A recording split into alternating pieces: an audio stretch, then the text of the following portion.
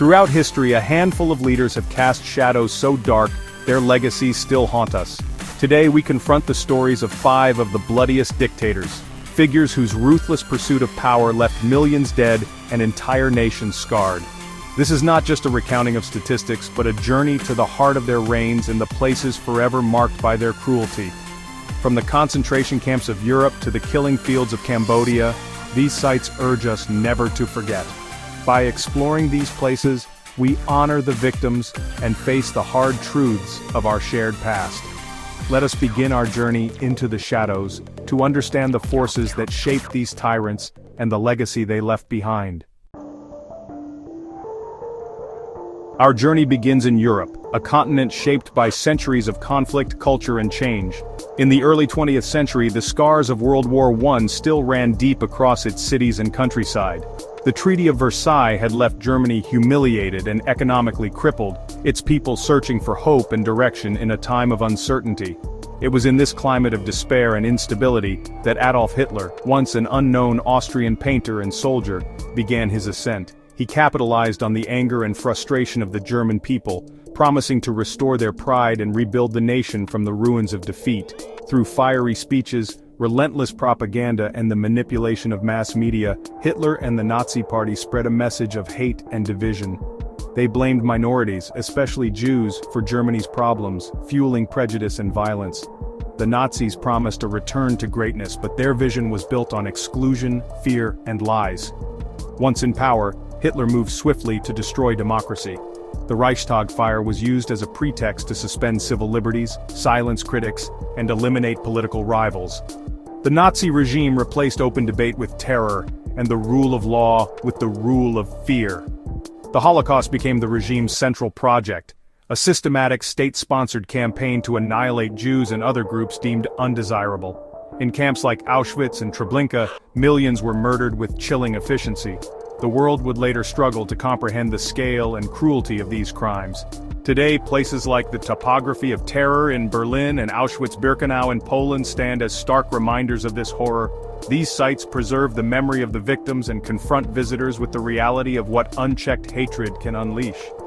Walking through these memorials, the scale of industrialized murder becomes chillingly clear.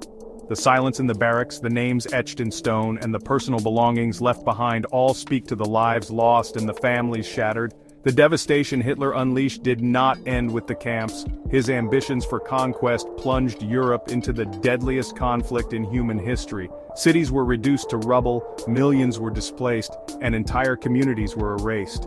The trauma of war and genocide would echo through generations. World War II claimed up to 85 million lives, forever altering the global order. The Nuremberg trials sought justice for the architects of these crimes, establishing principles of accountability that still shape international law today. The lessons are clear: democracy is fragile, propaganda is powerful, and hatred, if left unchecked, can destroy entire societies. The scars of the past remind us that vigilance and compassion are essential to prevent history from repeating itself. Memorials and museums are not just for remembrance, they are warnings. They challenge us to confront uncomfortable truths and to recognize the signs of rising intolerance in our own time. Survivors' stories and acts of resistance remind us that even in darkness, courage endures. The bravery of those who resisted and the resilience of those who survived inspire us to stand up against injustice wherever it appears. As we leave the shadow of the Third Reich, we carry the responsibility to remember, to educate, and to ensure that such atrocities are never repeated. The past is not just history, it is a call to action for all of us. Next, we enter the Soviet Union under Joseph Stalin, a ruler whose paranoia and brutality cost millions of lives. Stalin's rise to power marked a turning point in Russian history as he transformed the country into a totalitarian superpower at an unimaginable human cost. His iron grip on the nation would shape the fate of generations to come, leaving a legacy that still sparks fierce debate today. After Lenin's death, Stalin seized power, building a cult of personality and ruling with absolute authority. He eliminated rivals through cunning political maneuvering, and soon his image was everywhere, on posters, in songs, and in the hearts of a fearful population. Stalin's word became law and dissent was crushed without mercy. His forced collectivization of agriculture was meant to modernize the Soviet economy, but it led to catastrophic famine. Most infamously, the Holodomor in Ukraine saw entire villages decimated, as grain was seized for export while millions starved. The countryside was left devastated, and the trauma of this man-made disaster still lingers in the collective memory of Ukraine. The Great Purge, a campaign of political repression, saw countless party officials, intellectuals, military leaders, and ordinary citizens executed or sent to the Gulag, a vast network of forced labor camps. Fear and suspicion permeated every level of society as neighbors turned on each other and families were torn apart by accusations of disloyalty. The Gulag archipelago stretched across the harshest regions of the Soviet Union, from the frozen wastes of Siberia to the remote Arctic Circle. Prisoners faced starvation, disease, and death, forced to toil in brutal conditions for years on end. Survival was uncertain and hope was a rare commodity. Today, museums like Perm 36 and the Gulag History Museum in Moscow preserve the memory of these horrors. Through exhibits, survivor testimonies, and memorials, they ensure that the suffering of millions is not forgotten, and that future generations can learn from this dark chapter in history.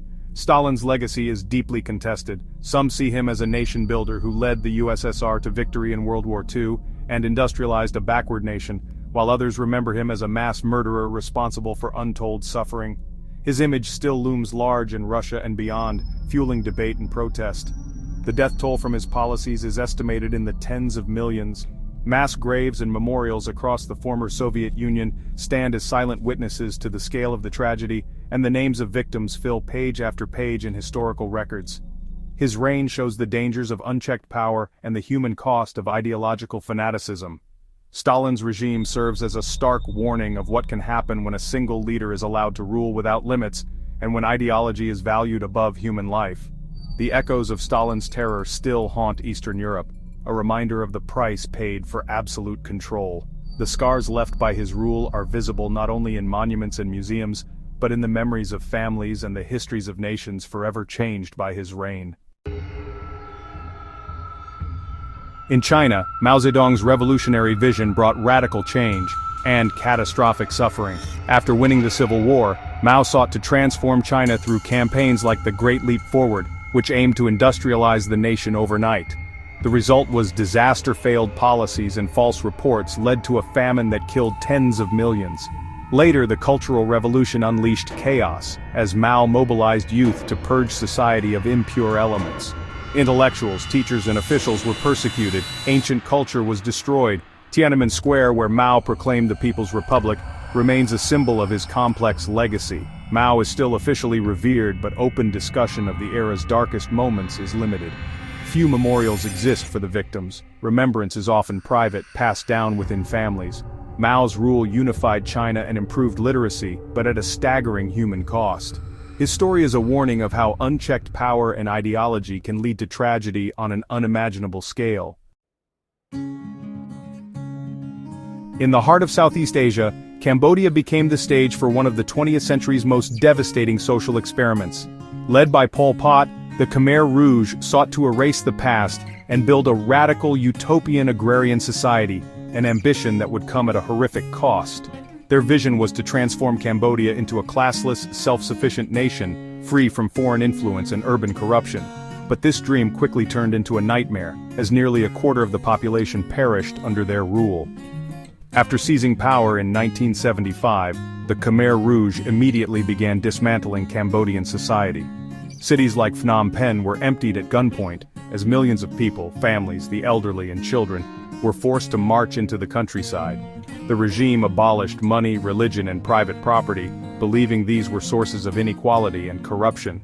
Instead, people were herded into collective farms and labor camps, where they toiled for endless hours under brutal conditions, often with little food or rest.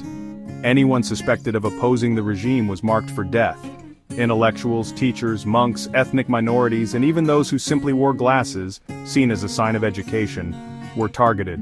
The Khmer Rouge's paranoia and cruelty knew no bounds, and suspicion alone could mean execution. Starvation, disease, and overwork became everyday realities. The countryside was littered with makeshift graves as hundreds of thousands died in the fields. Families were torn apart and entire communities vanished. The regime's policies led to a collapse of agriculture and healthcare, making survival a daily struggle for millions. The most infamous site of terror was Tuol Sleng, a former high school in Phnom Penh, converted into the notorious S21 prison. Here, thousands of men, women and even children were interrogated, tortured and ultimately killed. Few who entered its gates ever left alive. Today, Tuol Sleng Genocide Museum stands as a chilling reminder of these atrocities. Its preserved cells, rusted torture devices, and haunting walls of victim portraits bear silent witness to the suffering endured by so many. Visitors walk through its corridors, confronted by the faces and stories of those lost. From Tuol Sleng, prisoners were transported to the killing fields, such as Chong Ek, on the outskirts of Phnom Penh. Here, mass graves and a stupa filled with thousands of human skulls stand as stark memorials to the scale of that genocide.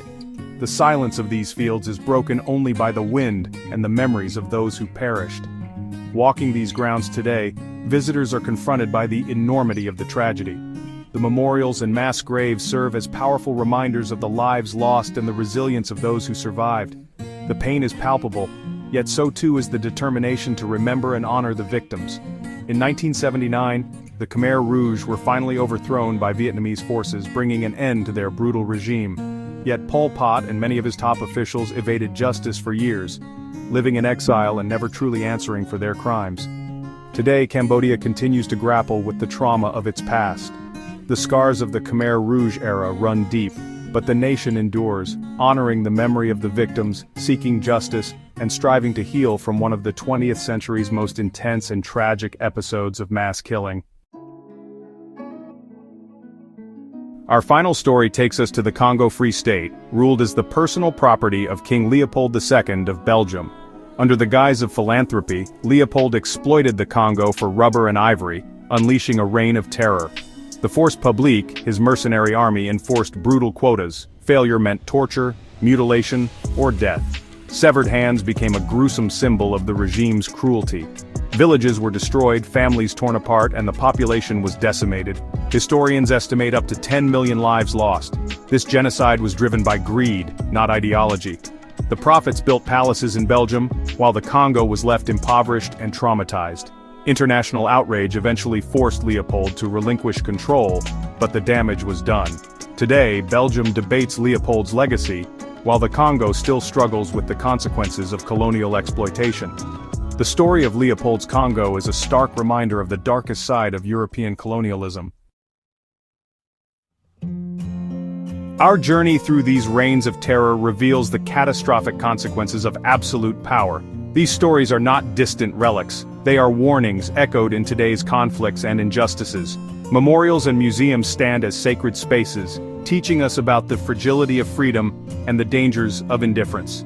By remembering, we honor the victims and commit to building a more just future.